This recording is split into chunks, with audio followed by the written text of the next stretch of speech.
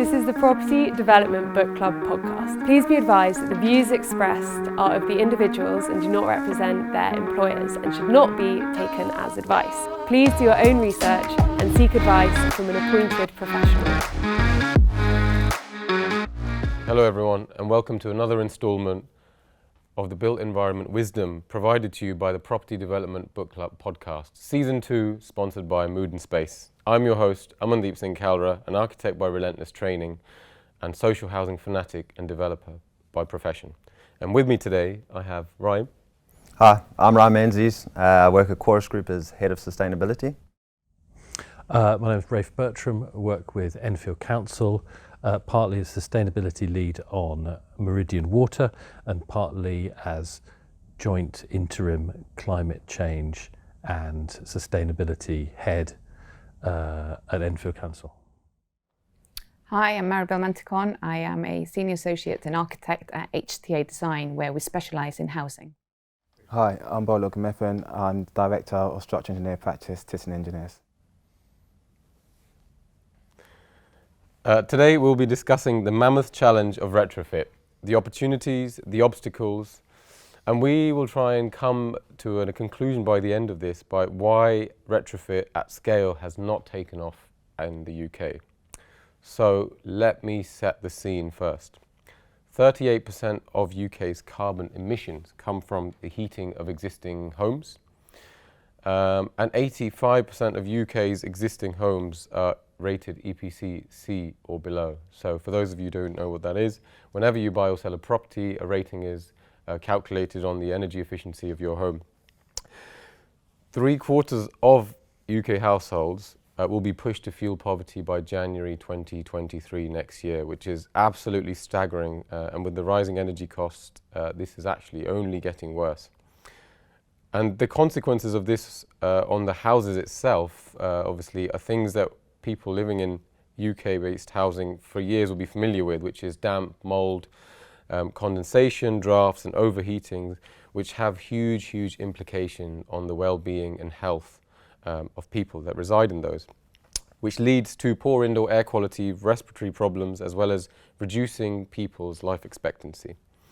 Research earlier this year from the BRE also highlighted that just cold and damp in houses cost the NHS almost £1 billion a year in terms of diseases that are related to those conditions. And moreover, 80% of the homes that will be here in 2050 are already here built today. But have we actually spent 80% of our time, resource and energy looking at those homes? I'd say no. And listing out these staggering statistics is quite numbing if you think about it. And it's clear to me that sticking a couple of PVs on the roof or buying a new kettle, as Boris Johnson would have you do, or sticking tinfoil behind your radiators is definitely not going to be tackling the beast of the situation. So I'm actually really interested to find out from our panel their thoughts and their opinions on what they think the biggest challenge they see is, and why they think we haven't been able to scale retrofit sooner. So that is actually my first question. I'm going to ping it around the whole room, but Rafe, I might start with you first, and then I think let's just talk it out. So what do you think is the biggest challenge, and why have we not been scaling it sooner? It's a good question. I think the biggest challenge is has got to be the kind of, I think probably the payback periods, and that it's probably in the region of kind of 15 to 25 years as a payback period. There are obviously an amazing amount of kind of co-benefits, as you described, to that retrofit, but a lot of people are seeing it, and not just individuals, but a lot of people and organisations are seeing it to do with how do we make those finances work for us. I think that's the biggest challenge. I'm surprised the last point that you wanted to get out of this isn't, so what do we do about it? But maybe that's podcast number, the next one. Okay, so sorry. So yeah, so I think it's working out how we can change those those payback loops to make it quicker, to make it more relevant. And I think there are lots of ways that is starting to happen, but I think that's the biggest barrier right now. I completely agree with you. I think we've got some retrofit led pilot programs we're doing in the borough now, and from about 2 years ago when we got this funding, it was costing us an average of about £100,000 per home to retrofit at kind of whole house retrofit standards. And over just last 2 years, that's increased by almost 50%. We're at £145,000 per home. And that's a bitter pill to swallow for a huge social housing landlord, but think about that as a private owner who wants to make some sort of savings in their lifetime, or their kids' lifetime, let alone their own. So yeah, I think that is, I agree with you, that is one of the biggest challenges. Maribel, what do you think is a big challenge? I think the main challenge is the funding, really. But the funding perhaps not for the whole retrofit, which is the whole kit. I think first of all we need to start by just insulating the homes of Britain better. Start by insulating. What happens when you're cold? You put a jumper on. You need to do the same with our homes. They're the leakiest houses in the whole of Europe. We've got about 30 million of them. We just need to sort those out. And that is something we need to be doing nationwide. It will also produce apprenticeships throughout the country, and we just need a national funding to do that. And without the government pushing that, it is really difficult for anybody else to really take the reins. So I think that is where we need to be looking at. The government hasn't so far really provided enough funding regularly to this throughout the years. There's been the odd, some loft insulation, but we need them to look at this properly and fully and encourage it throughout the country. Yeah, I agree. Coordinated funding hasn't existed. It's been a bit of insulation, as you said, or the Green Homes Grant, which was an absolute a disaster, I would say, is a kind way of saying it, let alone some of the other things that are happening now, which all photovoltaics a while ago, they're all kind of... It's very bitty and has never been completely thought through, and it just needs people to just focus and realise this is what needs to be done. And even more now with the price of fuel going up, it may be one of the ways that perhaps not so much from a sustainability point of view, which is something that we're really aware that needs to happen, to burn less fossil fuels, but also to just reduce cost for people living in these houses. It may be from that point of view that it may start happening now more. And I think, we are it's a great opportunity where we are now to actually make things better. So I think we are at a really good point at the moment to see these improvements that we've been hoping for a long, long time for now to really happen. Yeah, I agree. I think the energy price is going up. It's an absolute pain for everyone. But what it has done, the stick has gotten much bigger for both residents and social landlord tenants. There's to really more carrot and stick, isn't it? There is more payback. It's not the 20 years anymore. It's like people can see their bills going up and worrying about heating their homes. So that straight away, if you think that from 2/3 of the cost of your heating is just going out through the walls, you see that immediately. So it's not necessarily going up to passive house standards or anything like that. It's just insulating your homes better, putting secondary glazing in some homes, just improving the leakage of these buildings that we can start doing now throughout the country. You just mentioned passive house, and for some of our listeners who don't know what that is, if you wouldn't mind just defining passive house. A passive house is one that does not require any heating other than that from the people living within it and just going about their own, daily lives. So it's a completely sealed house, which actually relies on mechanical ventilation to get air into the home. Great. I think there was loads of great points there. Bola, do you want to pick up on the challenges one? Because I think there is a lot of different angles all of us can come at this from. Yeah, no, absolutely. I think it's interesting what was being said about funding, but also I personally like to see a little bit more education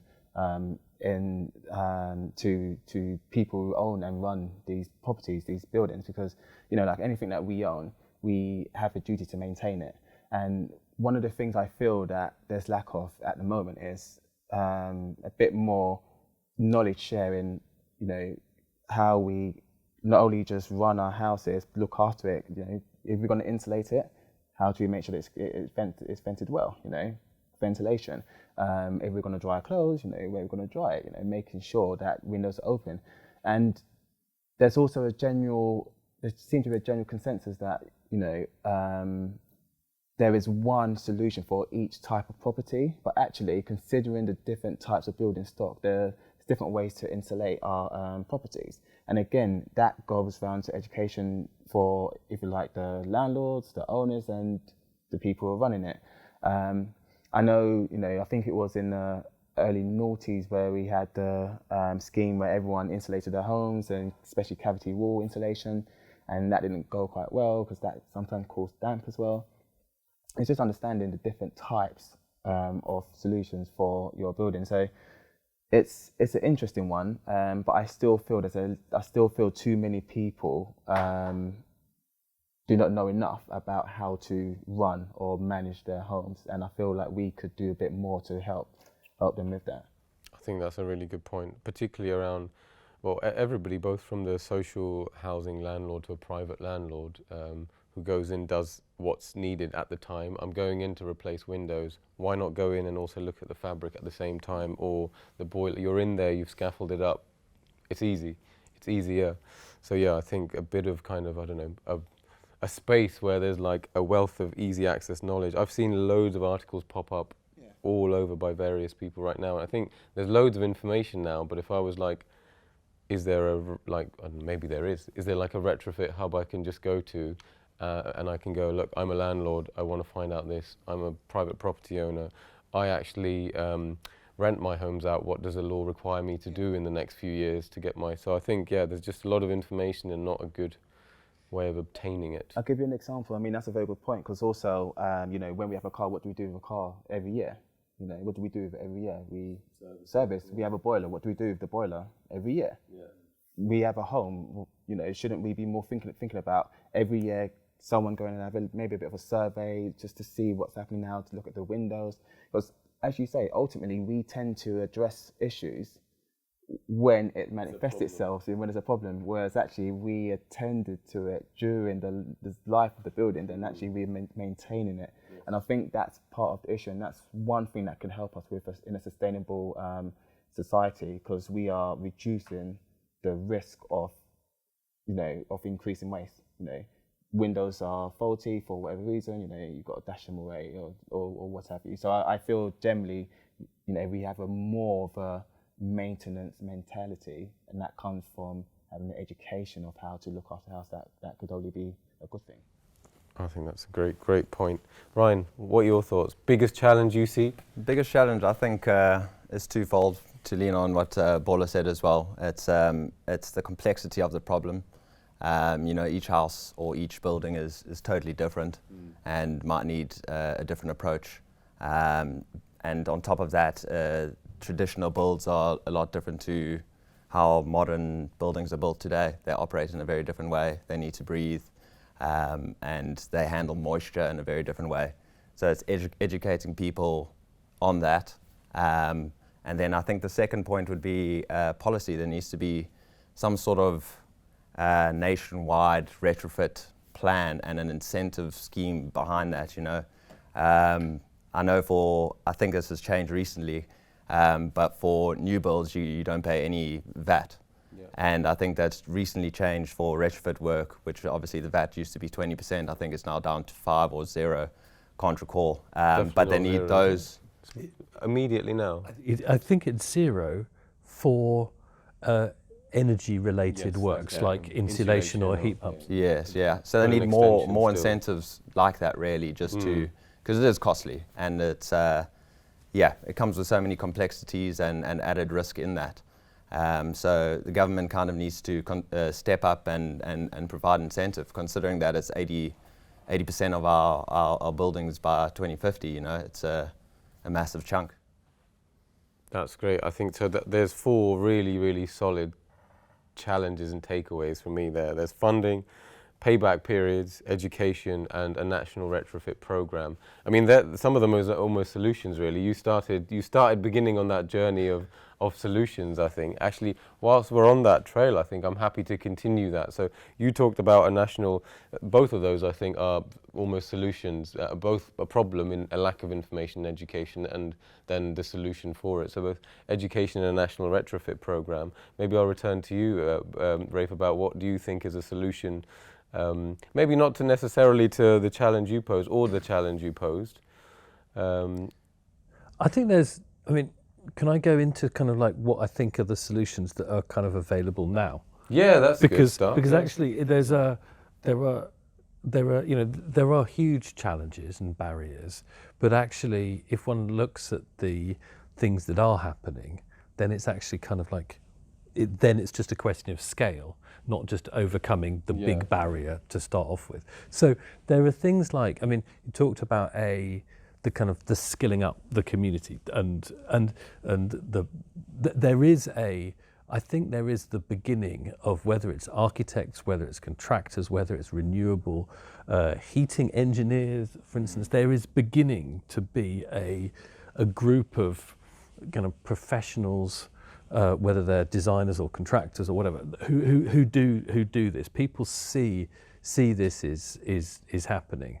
I know some of them, and I'm sure there are many others. So that's really encouraging. And that there is, I don't know what it's called, and that there is a system of retrofit coordinators, retrofit contractors, and retrofit assessors. The past 2035 requirements require this. Yeah. Something like that. Yeah. It sounds great. Yes, that. But that, I mean, I'm guessing that that's some national system That is, yeah. that has been set up. And then, but that's really exciting, because then it's just like, okay, system set up, we just need more of them, and we need to do it more. I think the other one is in terms of mortgages. There are mortgages available that you get something like a discount of, I think it's something like 1/4 or 0.5% on your mortgage if you go upper EPC band on your house. And that's quite clear. and that's really exciting. And there's the Ecology Building Society who's doing that, but then there are many others, the more mainstream providers that are starting to do it. Oh, I don't know what's happening in the last few days, but that's that's where that's really interesting. That payback, that changes the payback. I haven't done the calculations of actually what, I mean, I think it's for a £300,000 mortgage, you're saving £23,000 with that increase. So your £23,000 is kind of getting close to the insulation works on a home. It's not your 150, but I don't think 150 is. I think it's more kind of between I don't know. People say between 17 and 25, or up to 40 is a kind of standard. So that's really exciting. There are also organisations that are there, more tech organisations. There's one called EcoFurb, there's one called Cuppa, that have started offering this service to sort of like a pathway for whatever your home is, whatever your situation is. They then can sort of say, oh, well, I think you should do, they sort of like create a priority list of things. So that's kind of, I think it's coming. There are, I think, with those people like that, there also is not a system, a way of a European system called Energy Sprong as well, which the concept of that is really interesting, because what it tries to say is the upfront costs potentially are paid by a landlord, and rather than dropping the bills immediately for the people living there, because they're actually the biggest challenge for people that own stock is that they're not even getting the payback, because the savings are with the people that are living there. So then, social housing landlords, I say that, but there is lots of evidence to suggest that when people are in fuel poverty, then you have rent arrears. So there is a financial incentive as well for local authorities and big sort of house owners, in that you will get your rent back from, particularly now when 3/4 of the UK will be in fuel poverty by next year. But what the Energy Sprong system does is the investment is outlaid by the landlord and owner. The bills then go what you would normally pay as a sort of tenant in terms of energy for the first X period of years. The bills stay at that sort of frozen level, so you have certainty that they don't go up at a sort of agreed level. And then what that does is that allows that loan to be sort of paid back over time by the initial investment. So, of course, the savings are then kept. The bills themselves are obviously maybe 1/4 of what they used to be, and the gap between that and what the kind of people staying in those homes are paying goes to pay that loan until that loan is cleared, and then your bills drop even further. So that is a kind of tried and tested European model that's actually at scale in Europe as well. It's not sort of in Amsterdam and it's in Netherlands. It's being rolled out at scale, which is being trialled in the UK. So that is another system. Hi, I'm Amandeep Singh Karla, and you've been listening to the Season 2 of the Property Development Book Club podcast. Make sure you like, share and subscribe.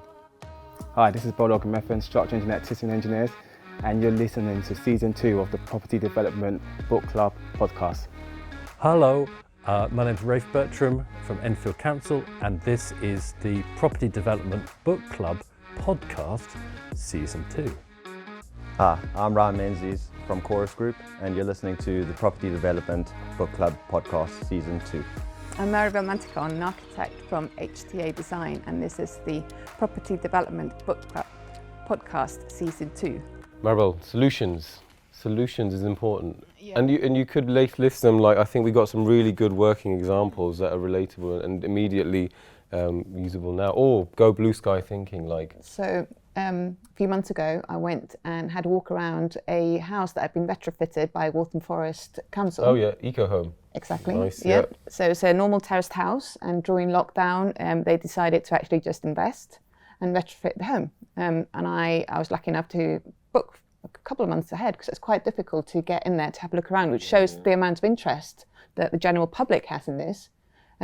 So you can get to half an hour looking around and understanding all the different things that that you can do to your home to make it more sustainable. And just the sheer number of people there, I think, and the way that people are really interested in this, how it has, people do want to do this. I think it's a great way to show the community what's available. Unfortunately, talking to these people as we were wandering around going, oh wow, are you going to do this? Like, oh, I would love to, I just can't afford to. Yeah. So unfortunately, all the people do want to do these things, and whether all the people are becoming more informed and more educated, I think cost's still the barrier there. So trying to finish on a high and on a positive note, I think I need to go back to sort of the hope of government funding and support in one way or another towards this. That hopefully, we may see, instead of investing in fracking or anything like that, people see the light. It's interesting. There are pots of money that are being released, or actually there was one released just today, which is a social housing decarbonisation fund for about, I think, Wave 2.2, which is £800 million. Which sounds like a lot, but then when you do the maths and divide it up, and this is for any local authority or housing association in the UK to bid for, it will be like, I don't know, 100 houses per year for someone. And I think, doing the maths in just Barking and Dagenham, the borough I'm in, I think it was like we need to, if we want to hit some of those commitments we've made as a borough, you need to be retrofitting more than 10,000 a year to get close to hitting those targets. If you want to hit these unachievable, ambitious targets you've set, for which policy is being driven around. Yeah. So my hope with all of this goes back to what happened during COVID and during lockdown, and how we did things that nobody would have ever imagined could be done. And the fact that was done because it was a global emergency. Yeah. And it occurred, and we all locked ourselves up in our homes, as we would never in a million years think we would do. Yeah. This is another emergency. This is a global emergency. We need people to wake up and to realise that we need to change the way we live. So my only hope, looking forward, is that does happen, because we've seen how it's possible to change the way we live and to find money when you need to. Overnight change the way you live. Yes, because I think, and we saw. There was the youth movement that we saw a few years ago that we thought were pushing their way. To make this real changes within the world, looking at the future and the way we live, and there's still that hope that we might still see that we need to change things, and then find the money to do so. Yeah, I think so. Slight, not tangent, but slight change of angle. I think what I'm interested to talk about also is this. This kind of paradigm or situation where we have because a lot of the stock in the UK, or a lot of council housing also, is in areas of conservation. or have heritage status in some way. And I'm just really curious to see the panel's thoughts on approaching houses that are either homes or stocks that is listed or in conservation areas where there is really, really strict guidance by planning. A lot on the outside. I mean, you have the Eco House as an example. It wasn't in a conservation area, but the interventions were all done internally of the primary facade, so they got around that. But where you have some, and some housing associations have listed stock, where there is also implications on what you do on the inside. I'm interested in what takes precedent. Are we at a point in an emergency right now where we have to take some drastic action, or we go, you know, this is really important, let's leave that burning fuel, that's worth spending some fuel on. What do you think, Ryan? I'll come to you first. I think it's a difficult one. There's obviously value to the community to have these older houses and buildings. Yeah. It's a lot of heritage, but at the same time, as you said, there's a pressing emergency that's coming quickly. So it's a difficult one to answer. I wouldn't say rip the building down and build it anew, because we're obviously talking about retrofitting. Yeah. So I guess it'd just be to approach the problem from the inside. Obviously there's still complications, but I think the value of the heritage of the buildings is mainly appearance. So if we can do everything in our power to retrofit it on the inside, and I appreciate that might not be the best solution because we want to take a whole buildings approach to retrofit. Otherwise it causes complications, but yeah, approaching it from internally first and seeing what we can do. And then on top of that, leaning on technology and breakthrough tech that's coming. Things like thermal batteries and phase change materials and things like that can really help decarbonize a listed building, and even leaning on Internet of Things and smart building controls and taking it from that approach. Yeah. Anyone else want to jump in on that? I think there's some really good thoughts there. Go on, you're laughing, Rafe. I think you've got a... No, I will talk too much. No, go for it anyway. Oh, go on then. Go on then. So you're pulling my hair. I think it's really interesting. It's fascinating. I think there's a graduation of there's a gradient of what you can do with different types of kind of listing and planning and heritage buildings. I think the obvious starting point is the external, the external insulation. That's the best way to do it. Yeah. But as you say, that has massive implications about the way things look. And that sometimes when you can get that pretty accurate when you've got a house that's either been painted or been rendered or pebble dashed. Mm-hmm. That's a kind of and there are some conservation areas that do that. So that replicating that external look is easy in those situations, but really, really hard when there's a brick finish. Yeah. In a conservation areas, often in conservation areas, then you have to go inside, and that there are different ways of doing that. And one of the probably the best way of doing that is to use a breathable internal insulated plaster, and that is something that you can apply, but it also allows the skin to breathe, and it's something that we've done on our house to see what it feels like and see how it works. And it works fantastically, and it's brilliant. It's no mold, no nothing, and it's wonderful, and it feels great, and the walls feel solid. There are other ways of doing it with plasterboard and insulated plasterboard and things like that, but there's a kind of moisture issue there, but maybe not terrible.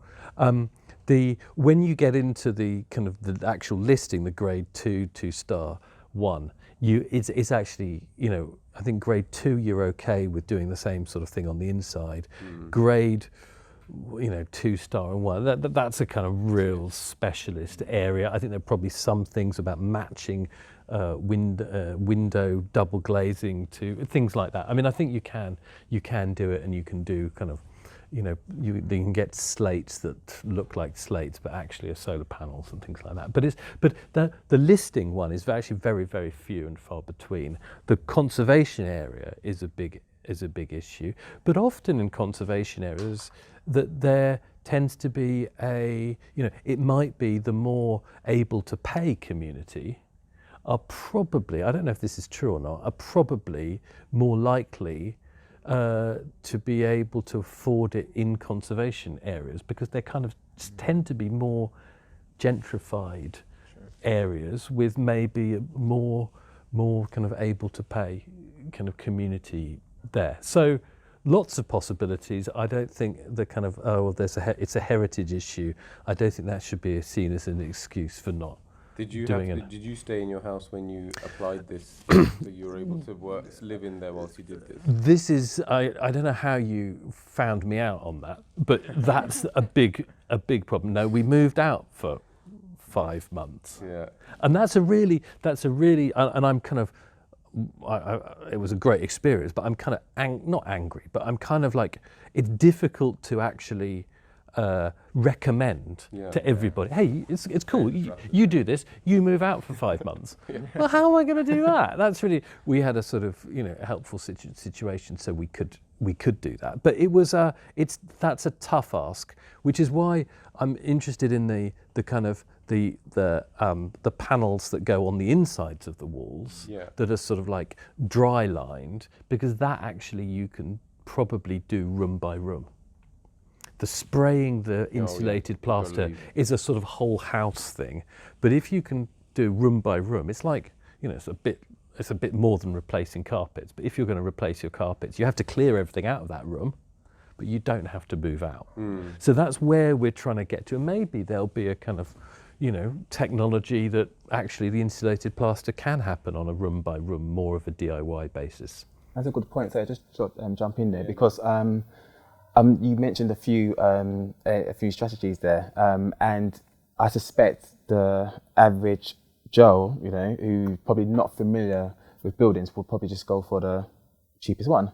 But that's not necessarily the best option, because again, it goes back to understanding the building and what is the best solution for that building. So although we're talking about heritage buildings, grade 2 star, and in the conservation area, I think it actually goes more than that. It's actually more about encouraging people to get the right sort of help, to advice on the type of building, the type of retrofit that they should go for. And I think that's key. I really do. I mean, I'm not plugging, for professionals, but I feel it's really key that people get the right sort of help for that particular building, because there's a, many people will sell us many things, and it's important that we get the right solution. Do you think there's enough skilled people in the marketplace at the moment to provide that advice? See, the thing is that I honestly believe, again, the people who have that experience or that knowledge, it's up to us to share. Okay, and I don't think so, because construction, we know construction is a low barrier to entry market. As soon as a scheme comes on board, people flood into to offer that service. So it's a tricky one, but I do feel that I would like to see government increase the funding, but I also like to see them have some sort of knowledge hub, or apprenticeship. Exactly. Yeah. Something where people can feel safe, that they can get, informal guidance, and maybe we talked about solutions before. Maybe there could be a approved list of professionals that could help with this type of building. That's one of those things that let the Green Homes grant down as well. There was like, you've got to use approved, government approved traders, and there was like 5. You called them, wait 12 months. And the skills part wasn't married up with what they were trying to sell, and I think that ultimately led it to fail. Yeah. On the list of buildings, I also just wanted to add before we move on that I do want to make sure that we don't go along that route, which I think it's a bit of a red herring as well. I mean, I think there's about 9,000 grade 1 listed buildings in the country. There's 20-odd thousand grade 2 star, 250,000 grade 2 buildings. We've got 30 million buildings to sort out. It's literally it's a drop in the ocean. We're not going to retrofit every other church. That's not going to happen. Let's just focus on the majority, those 30 homes that need to be done. Start with the easy ones. Start with the easy Low-hanging wins. Yeah, fruit first. easy wins. Yeah. I think that's a very good point, to be honest. Yeah. I think so. Well said. And I'm going to just throw one question that is going to ask for a short and straight response. Energy prices, we all know, are through the roof, right? And Liz Truss has capped the energy prices at £2,500 per household by subsidising wholesale gas prices at an estimated cost of, wait for it, £100 billion. I'm going to ask all of you, starting with Ryan first. Do you think that was the right move, number one? And if not, what would you do with 100 billion quid? No, I don't think that was the right move, to be honest. I won't get into politics or anything either, but I think that money could have been put to better use. One would just be insulating all the buildings and homes. That amount of money could have gone very far, and then cut down the energy bills as a result of that, you know. And there's all sorts of other things that you could have done with that, scaled up renewables, all sorts. So I think no, if it was me, I would have put the money somewhere else. Yes or no, and then what would you do with 100 bill, Rafe? I would hate to, as a council employee, I would hate to have a political view on those it's not things. Politics, it's just... No, but okay, if the question is about how would you spend £100 billion for this issue? First one, yes or no? I wouldn't spend it on the fossil fuel companies. Yeah, right, got that. But I think there's a better way of funding issues that will help people through the cost of living and energy crisis. And a huge scaling up, like Maribel said about the COVID response, by proactively offering ways of reducing heat loss, reducing energy consumption, increasing the free green power from the beautiful sun that we have in this country, or the wonderful wind that we have around this country, and just doing that at a speed and a scale that actually affects people's bills would be extraordinary. And you could do quite a lot in a targeted way for the people that are really struggling for 100 million. Billion. Not million. Billion. Pounds. 100,000 billion pounds. Yeah. But just work out that, sorry, I'll stop. What is 300 million? Sorry, what is 30 million divided by 100 billion, or the other way around? How many homes? And how many? How much money does each one get? I was doing this calculation. Quite a bit, no? It wasn't actually a whole load. It's not that. Yeah. It's not actually a lot of money. Why don't you do that calculation while I get Maribel's yes or no? Maribel, yes or no? No, I wouldn't spend that huge amount of money on fossil fuels that are just making the problems that we have worse. And just of course I wouldn't. Insulation and renewables would be my way forward. I think the only thing to add to that is just how, while I was sitting here thinking, because I've got the same thoughts as you, but how immediate is that change? I guess people in this fuel poverty need change quite quickly. No backtracking, Ryan. Yeah, but I'm not not advocating for that, but it is a consideration. But we can't kick the can down the road forever and ever, Exactly. So, Bola, yes or no? Is it going to be unanimous or? I think it's unanimous. I think like a lot of the time historically, we're very much trying to solve a long-term solution and problem with a short-term solution, and I think I would like to see more strategy, long-term thinking, and investing the money to get a payback over a period of time, because as I said, we're kicking the can down the road. And I mean, this 2,500 cap, is it really a 2,500 cap? I mean, that's a different story, because I don't know, I haven't met anyone who's told me that it's a 2,500 cap. Borrowing money, aren't we? So the answer is, I think it was a mistake. Got it. I think you've heard an amazing array of, we've heard challenges, we've heard solutions, we've heard our thoughts on heritage, and I think between us we've got some great ideas. If immediately somebody listening to this was able to action 2 or 3 of these things, I think we go a long way in trying to address some of the scaling challenges that we've got with retrofitting. You've been listening to the Property Development Book Club podcast, Season 2, sponsored by Mood and Space. Thank you very much for listening.